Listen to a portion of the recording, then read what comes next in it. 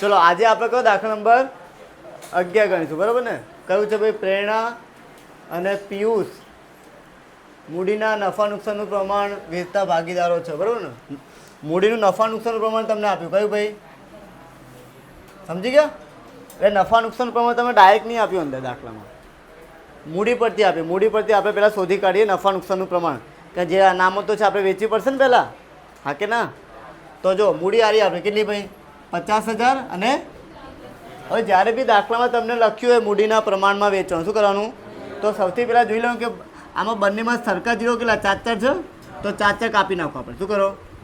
એટલે આપણો આવશે 5 જેમ કેટલા ભાઈ? 15. જો 5 એકા 5 થાય, હા કે ના?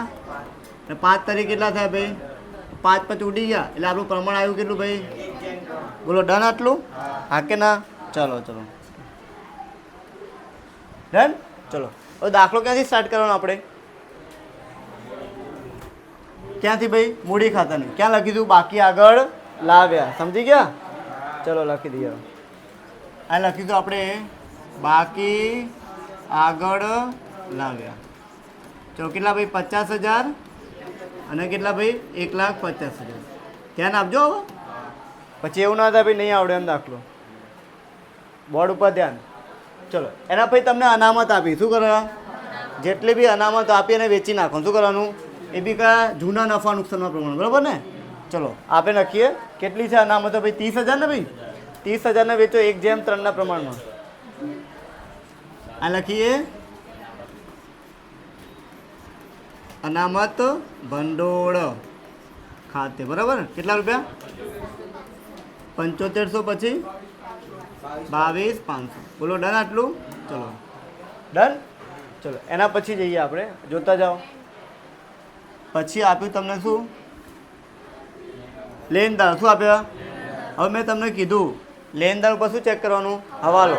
બે વસ્તુ ઉપર હવાલો હોય, એક કામદાર વટ્ટા અનામત ઉપર અને શેના ઉપર? લેનદાર. તો ચેક કરી લઈએ હવાલો છે કે નહીં. તો જોઈ લઈએ પહેલાં. જો લેનદારોને કેટલા ભાઈ ચૂકવાના છે ભાઈ? હવે આપણી પાસે રકમ કેટલી આપી સાહેબ? જો જોજો સમજો કેટલી આપીએ, પણ એમાંથી હવે આપણે કેટલા ચૂકવાના? 30,000 ચૂકવાના ને. તો બોલો લેનદારો ક્યાં આવશે? હા, તો લખીએ આપણે મૂડી દેવાનું. ક્યાં મૂકીશું ભાઈ? ચલો મૂડી દેવા મૂકીએ આપણે. અહીં લખીએ લેણદાર. શું લખીએ ભાઈ? લેણદાર. ચલો 40,000 તો અંદર આપ્યા જ છે, બરાબર ને? માઇનસ કરવાનું, નહીં ચૂકવાના. શું કરવાનું ભાઈ? 10,000. કેટલા ભાઈ? 10,000 માઇનસ કરો એટલે કેટલા આવશે? 30,000. હવે મને જ કહો કે કોકના આપણે 40,000 રૂપિયા ચૂકવાના, હવે કેટલા ચૂકવાના ભાઈ? તો આ 10,000 આપણા માટે શું થયો?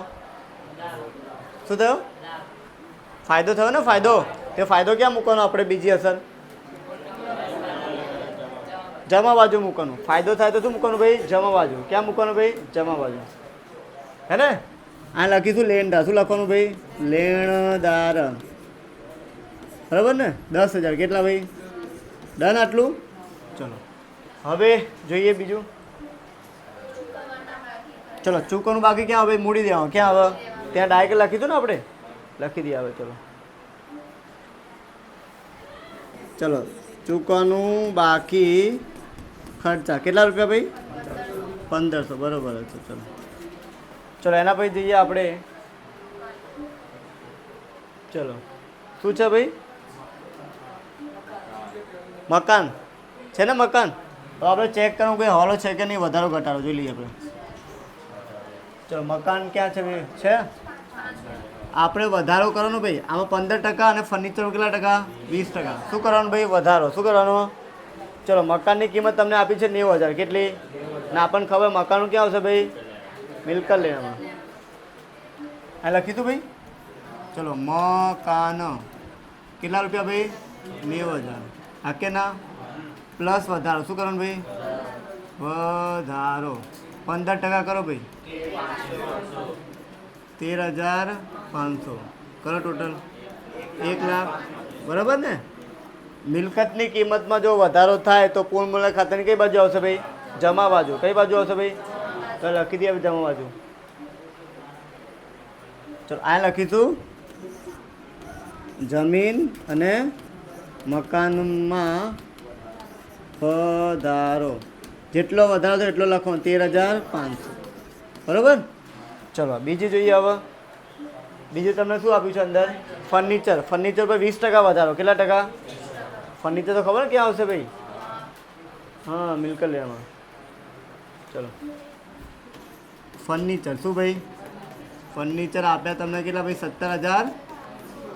એમાં 20%નો વધારો કરવાનો. શું કરો ભાઈ? વધારો 20%. 3500 પ્લસ કરશો 21,000. ચલો કિંમત વધી તો બીજી અસર આપીશું ને. ક્યાં આપીશું બીજી અસર? હા હા, પૂર્ણ ખાતાની જમા બાજુ. તો લખી દઈએ આપણે જમા બાજુ. શું લખી દઉં ભાઈ? ફર્નિચરમાં વધારો 3500. કેટલો?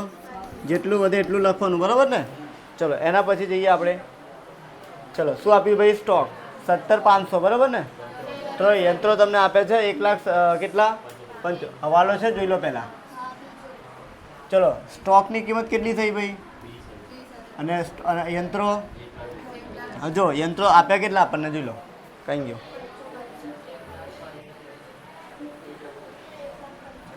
આટલા આપે ને 1,07,500. એની કિંમત થઈ ગઈ 1,20,000. કેટલી? એટલે કિંમતમાં થયો વધારો. શું થયો? એટલે લખી દઈએ ક્યાં આવશે બરાબર ને. ચલો ચલો યંત્રો બરાબર ને. અહીંયા આપે છે 1,07,500. એની બજાર કિંમત થઈ ગઈ 1,20,000. કેટલી? કેટલાનો વધારો કહીશું બોલો? વધારો કેટલાનો ભાઈ? 12,500. બીજી અસર આપીશું પૂર્ણ મળે ખાતાની કઈ બાજુ? જમા બાજુ બરાબર ને. ચલો યંત્રો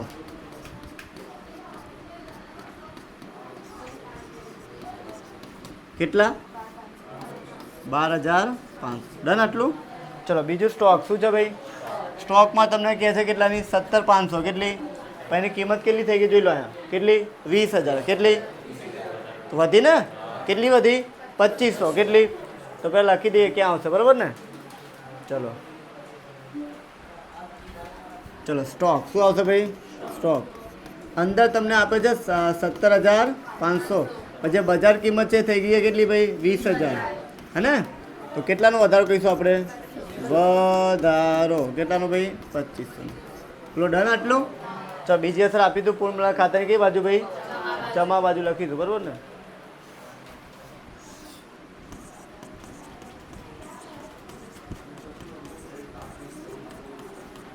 કેટલા? 2,500. કેટલા? હા કે ના? પતી ગયું? હા કે ના? ચલો હવે જોઈ લઈએ. હવે બીજું શું છે ભાઈ? દેવાદારો. ચલો દેવાદારો પર ચેક કરો ને. હવાલો હશે દેવાદારો પર. છે ક્યાં દેવાદારો? જો ગાલખાત બી છે, વટાવ અનામત બી છે બરાબર ને. સોરી ગાલખાત અનામત છે. શું છે? તો જૂની ગાલખાત અનામત આપી છે આપણને રકમમાં. જોઈ લઈએ આપણે. જૂની ગાલખાત અનામત ક્યાંય તમને આપી નહીં, ખાલી હવાલાની જ આપીએ. સમજી ગયા? તો આપણે એવું વિચારો કે જૂની જીરો સમજે. શું સમજવાની ભાઈ? છે નહીં તો શું? જીરો સમજ. શું કરવાની? હે ને. નવી કેટલી આપીએ? કેટલા ટકા? 10%.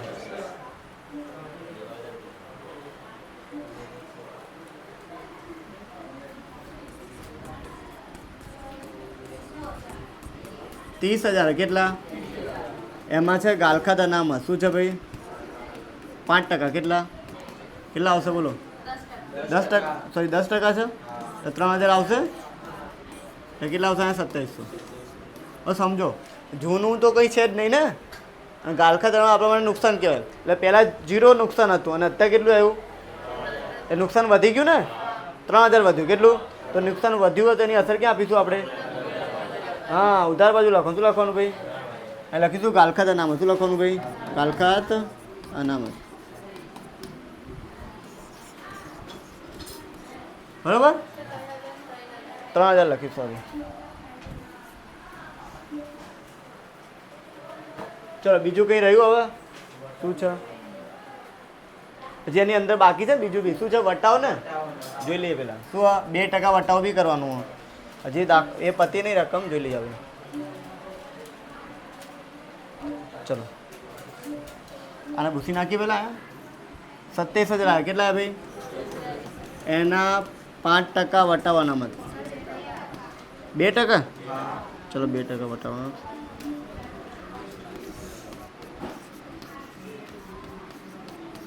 કરો. 2% 540 કરો માઇનસ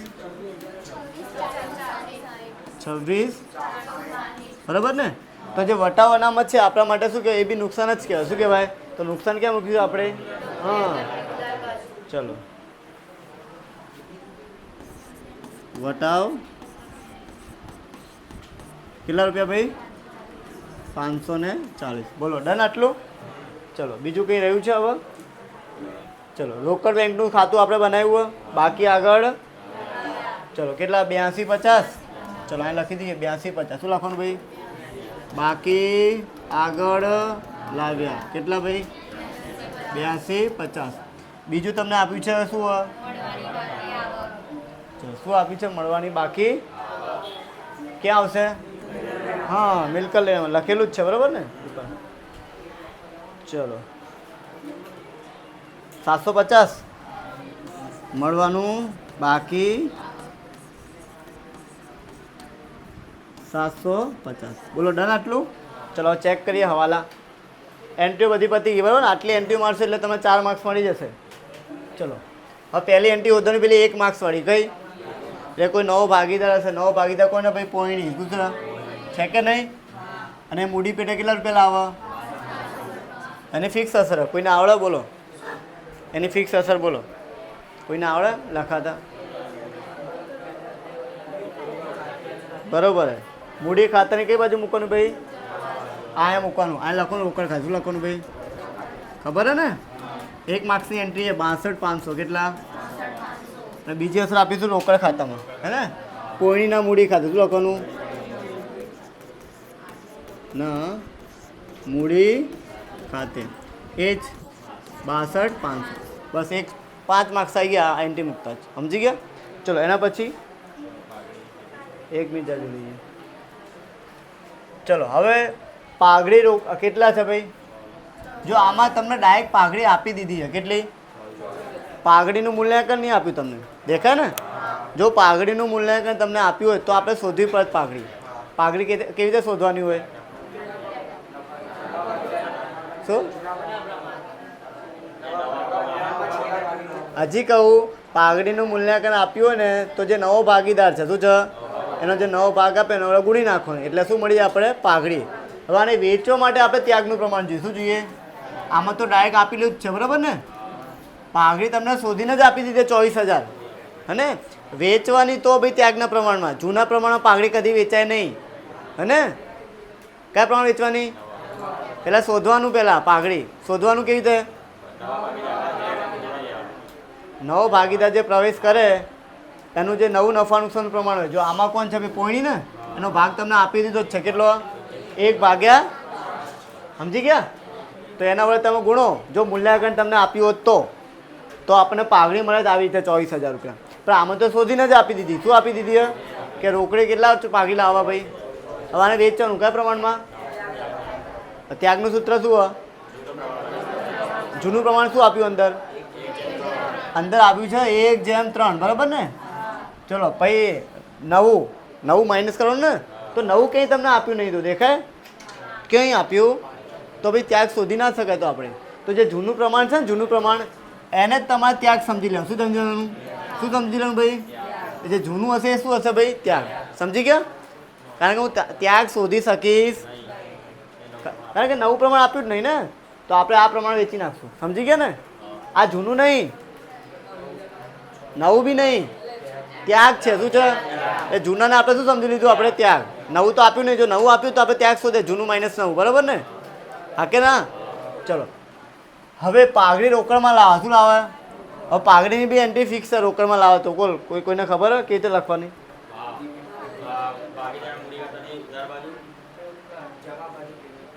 જમા બાજુ લખવાનું પાઘડીના પ્રીમિયમ ખાતે ભાઈ. શું લખવાનું ભાઈ? પાઘડીના પ્રીમિયમ. શું લખવાનું ભાઈ? 24,000 ને વેચી દો 1/3 પ્રમાણમાં. હરકી રીતે વેચો ભાઈ. 6,000 અને કેટલા ભાઈ? સમજી ગયા? ચલો અને બીજી અસર આવશે રોકડ ખાતામાં. ક્યાં આવશે ભાઈ? અહીં બી લખવાનું આપણે પાઘડી પ્રીમિયમ. શું લખવાનું ભાઈ? કેટલા ભાઈ? 24,000. કેટલા? ચલો ડન. બીજી વસ્તુ અંદર હજી હવાલો કે તમને જો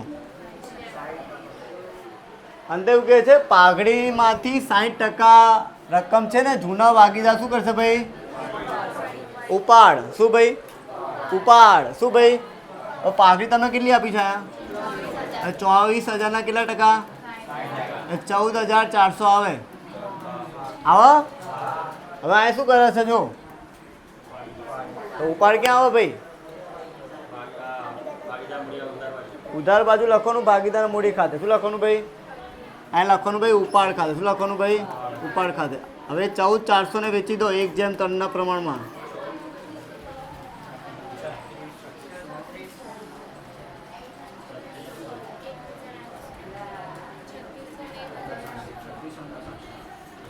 ચલો 3600 અને 10,800 કેટલા? હવારે તો બીજી અસર આપવી પડવાની બરાબર ને. આ બાજુ જમા છે ને તો બીજી અસર રોકડ ખાતામાં આપવાનું. શું આપવાનું? આ લખવાનું પ્રેરણાના મૂડી ખાતે. શું લખવાનું ભાઈ? એક આવી ગયો ને દાખલો ઉપાડ કરે 50%. ખબર ને? અને બીજું છે પિયુષ. કોણ છે ભાઈ? પિયુષના મૂડી ખાતે 1080 કેટલા ભાઈ? 800 બરાબર ને? હા બરાબર. ચલો હવે જોઈ લઈએ કોઈ બાકી રહ્યું કે નહીં જોઈ લઈએ આપણે. બધા વાળા ચેક કરવાનું પહેલાં. ચલો પહેલો થઈ ગયો, બીજો થઈ ગયો, ત્રીજો થઈ ગયો, ચોથો થઈ ગયો, પાંચમો થઈ ગયો, છઠ્ઠો બાકી. જો મજૂરી શું લખ્યું ભાઈ? હવે આ તો આવડે ને આપણને. ચૂકવાનું બાકી ક્યાં આવે? મૂડી દેવામાં. ચલો આ લખી દઈએ મૂડી દેવામાં.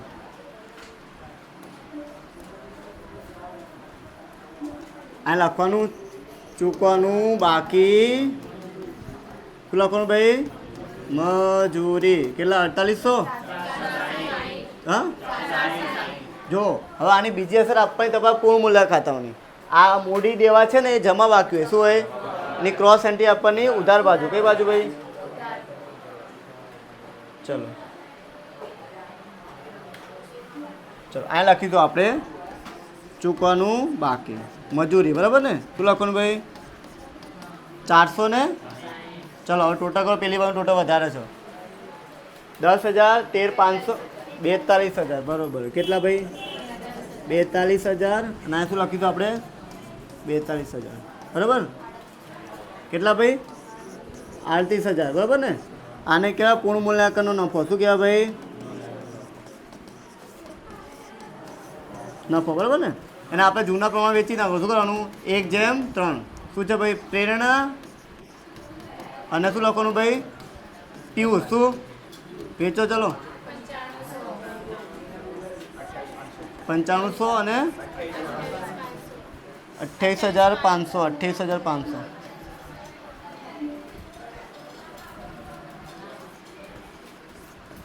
બરાબર. અને બીજી અસર આપીશું આપણે કયા? મૂડી ખાતામાં. ક્યાં આપીશું? લખીશું આપણે પૂર્ણ મૂલ્યાંકનનો ભાઈ નફો. શું લખવાનું ભાઈ? ચલો 9500 પછી 28,500. આને તો 62,500 જ આવે. હા કે ના? આ બી કેટલા આવશે ભાઈ? 62,500. અને આ કેટલા આવશે ભાઈ? 62,500. કરો ટોટલ 2,19,000. ચલો આ બી શું લખીશું? 2,19,000. કરો માઇનસ 2,08,000. બરાબર. બરાબર. ચાલુ કરો. 73 કે 72? 72. 73,000. બરાબર ને? કરો માઇનસ 6,9,400. બરાબર. ચેક કરી લેજો જરા. બાકી આગળ લઈ ગયા. બરાબર ને? ચલો બીજી અસર આ જવા દઉં અને પહેલાં જવા દઉં મૂડી દેવા. બરાબર ને?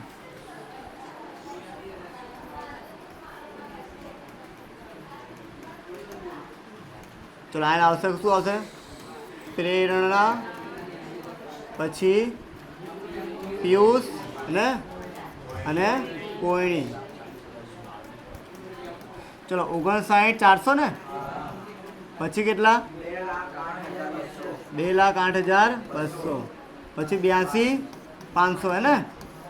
કરો ટોટલ 3,40,000. 40,100 બરાબર. ચાલો રોકડ ખાતું બંધ કરીએ. હવે આપણે શું કરીએ? કરો ટોટલ.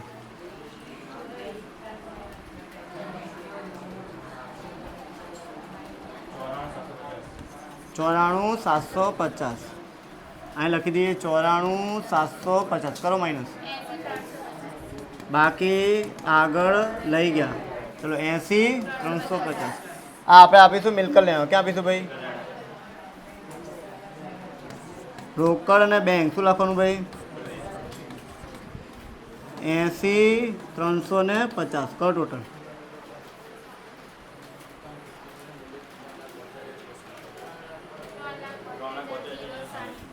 3,72,000 બરાબર.